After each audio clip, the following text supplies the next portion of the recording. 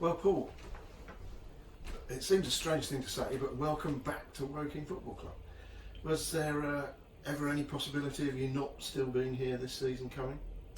Well, there was, but that wasn't in my hands. If it was down to me, it would have played out like it has. And luckily, Doust is on the same page as me, so I am back again. Right, and you've actually just put pen to paper this evening, and it's all done, and you're officially a Woking Football Club player again. Yeah, I am. And after last season, I didn't even imagine to stay in the team and go all the way. I thought, because I was new to the level, I might not be up to it, but I think for most of the time I believed in myself, and I'd like to have a chance at this level anyway. Yeah, for sure. That in fact is what I've got written down here for next. Last season was, it would be fair to say, quite a decent sized step up for you. First of all, did you enjoy the higher level? Yeah, absolutely. I think sometimes when you get quite comfortable in your football and you don't push yourself, you don't feel the same sort of elation at the end of a win or at the end of the season. I've been lucky enough to be promoted 2 times before, but from leagues where I thought I should have been. So to be playing in a higher league last year and to be surrounded by great people and obviously great footballers as well at a level that did test me was it was a bigger celebration than the previous ones. And this season coming is going to be another step up. And there's plenty of Woking supporters who will tell you that there's a big difference between National League South and National League. Got any thoughts about that? I wouldn't know. I mean, a lot of people said it was going to be a big step to go from wherever I was. Hartley Whitney. Yeah, I knew the team. I can't remember the league. Right, sorry. What is the league? I don't know. Something Division 1 anyway. Not to obviously speak ill of it, but it was something Division 1. And they said it was going to be a big jump to go to obviously Conference South, but I think I managed that, and I try and just take each step as it comes. I don't want to be fazed by anything. I feel like if I go out on the pitch and I'm nervous, or if I'm worried I'm not as good as anybody else, then what help's that going to give me? So if I go in there with a positive mindset, I think I'll be okay. Yeah, there's a lot to be said for the higher you play, the better players you play with, the better you look yourself, or the more because you fit in better, and you can be making runs in a lesser team that nobody spots, and so on. So I guess that's a factor as well. Yeah, definitely. And I noticed it in my first training session last season as well, where I had the calibre of players around me allowed me to play better. And throughout the season, when I was getting starts around December time, I think I started 8 or 9 in a row, my fitness was the best it's ever been. My decision making was quite good as well. I was able to get a goal here and there, and if I can get a good amount of game time this season and progress the same way I have done last season, I'll be really, really happy. Yeah, good. You announced on Twitter a few days ago that you were going to be signing again. You took some fearsome stick from Dave Tarpey, didn't you? Yeah, I did. He's only saying that so he can get a couple of penalties. That's is that what it is? Probably, yeah, that's why he was asking me. But yeah, no, he's good. I enjoyed playing with him when he came down, and I was secretly hoping he would be able to, obviously not hoping he'd be released from Barnet or anything like that, but I was hoping if there was a chance that he would return here, and that's turned out well. And I get on with him off the pitch as well. He's a nice guy, so yeah, if I can win a few penalties or free kicks or assist him in any way, it would be nice. I think it would be fair to say that he was gently suggesting that some of the penalties may have been less than deserved, which I completely disagree with. Yeah, I don't know what he's on about. I think he's either watched the wrong game or the wrong team, something like that. I mean, he wasn't here for half of them, so... That's true. What did Dow say to you in terms of how he sees you as a player in the squad next season? Well, it's been there's two ways that he sort of looked at it, and Martin Tyler and him spoke to me a couple of weeks back when I was down here for the Cardinals Gold Cup. Yeah. And they said that I could be an impact player in any league. That's the first thing they said, which is obviously a compliment. Is that short for super sub? Yeah, basically it's a very formal way of saying right. Super sub. But you know, I will take that. It's nice to be able to make a difference whenever. But then he did say after that you know, if I do get a good pre-season under my belt and I work hard and I listen to them and keep progressing in the way I have done this season, like I did last, like I said a few minutes ago, then there's no reason why I shouldn't make an impact this year as well, which would be my aim, which is my aim. Brilliant. And in this league that we're going into, are there any grounds or stadiums or teams or anything that you're especially looking forward to visiting? I saw Josh's interview the other day, and I don't want to copy him, but I'm going to copy him and say the two teams that he did. I think I've got a slight affiliation with both of these clubs. Yeovil, I went on trial with for 3 days, I think, at the end of my last school year, which would have been, I think, the start of their pre-season, and they turned me away straight away, and after 2 or 3 days said that I wasn't good enough, and I don't feel like I was given a fair crack, but it was a ridiculously big jump.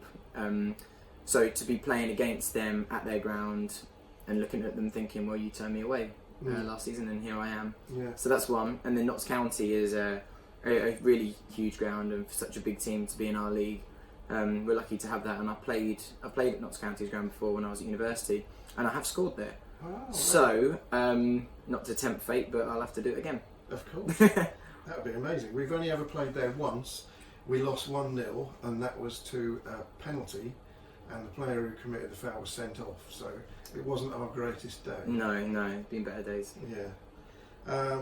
Any particular players that you're looking forward to matching yourself against in other teams? God, I'm going to have to be really honest here. I don't actually know who enough. plays for anyone. Sure. I didn't know who played for anyone this year. I just sort of turn up and you just get on with it. Fair enough. Now then, turning aside slightly, how is this going to fit in with your job as a teacher? My boss at work is, I hasten to add, is an Aldershot fan. Yeah. But he sees that in a really nice way. He is allowing me time off when I need it. I go to him and he understands the sort of requirements that non-league football does, the level we'll be playing at especially.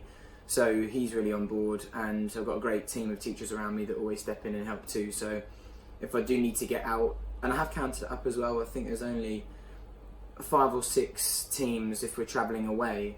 We might need the Friday afternoon off work, so that really in a whole academic year is not too much to ask. But like I say, they're very supportive, so I'm lucky in that regard. Can we look forward to seeing you marking books on the way back from an away game on the coach? That's why I was late here this evening, actually. I was marking some Year 9 papers, but yeah, that might have to happen, in all honesty. Right. This is something that I've thought about as an ex-teacher, but not a player. Do you ever get any sort of moral dilemmas in your head about things that you may or may not do as a footballer, contrasting with the messages you're getting across to your students all the time, like arguing with referees, maybe using inappropriate language, maybe fouling someone, tripping them? Yeah. Do you ever have problems with that side of things? Sometimes, very rarely actually. I'd like to say that I've got quite a calm head, so on the pitch I think if there's things kicking off or if people are losing their temper, and I do try and stay calm just for my own peace of mind to make sure I'm making the right decisions when I'm on the ball. But there has been times when naturally I was, when did it happen? I think it was away at Hampton on Boxing Day, I think it was, or New Year's Day. I think it was New Year's Day.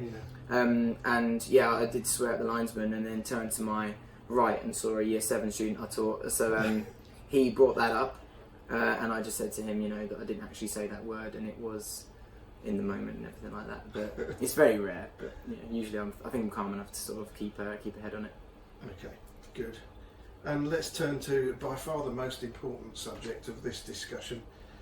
Since we last spoke in any interview format, you've had a rather big life change, haven't you? Tell us the story, how it all came about. How long have we got on this tape? You tell the story, it's brilliant. I'll condense it. So it was late, I think it was October, it was October last year.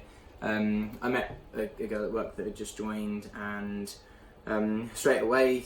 Well, hang on, because there's a bit of detail missing there. Oh, the fact that she's Australian. That she'd come over from Australia to teach for a year. Yeah, and that is the complex part of the story. So yes, it's an amazing story, really. I mean, this girl leaves Melbourne to come to England to broaden her experience as a teacher. Yeah, and then she meets me. And well, I was coming to that. Yeah. How did she end up at your school? Did she pick it, or did she apply through a scheme? No, she came here just to teach for 2 years, and like you say, you just sort of broaden her horizons, take in the surroundings and things like that. And then She was going to leave after a year, go back to Melbourne, but thought she might stick it out for another couple of months. So how did she end up at your school? Well, this is the thing. She left her first post. Oh, sorry. And then after summer, she was replaced just as a teaching assistant, just to sort of tide her over for another 2 months.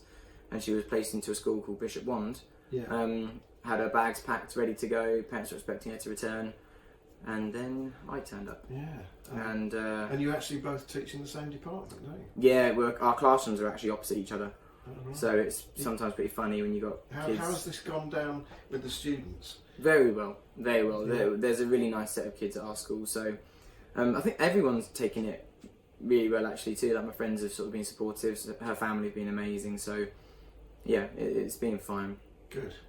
The last thing I want to ask you about, it relates to this specifically because I was privileged enough to come and take some photos at your wedding, obviously. We were privileged. Clearly, as you know. And the thing I wanted to mention was that the disc jockey came over and had a word with me at one point, and he said, "What? This is a bit strange, isn't it? The musical choices here."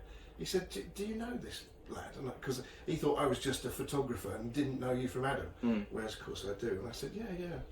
And he said, "I have never in all my life been given a playlist like Paul has given me for this evening." Yeah. So what was the playlist? There's nothing strange about it, just playing all the songs from the greatest group that have ever lived, which are the Beatles.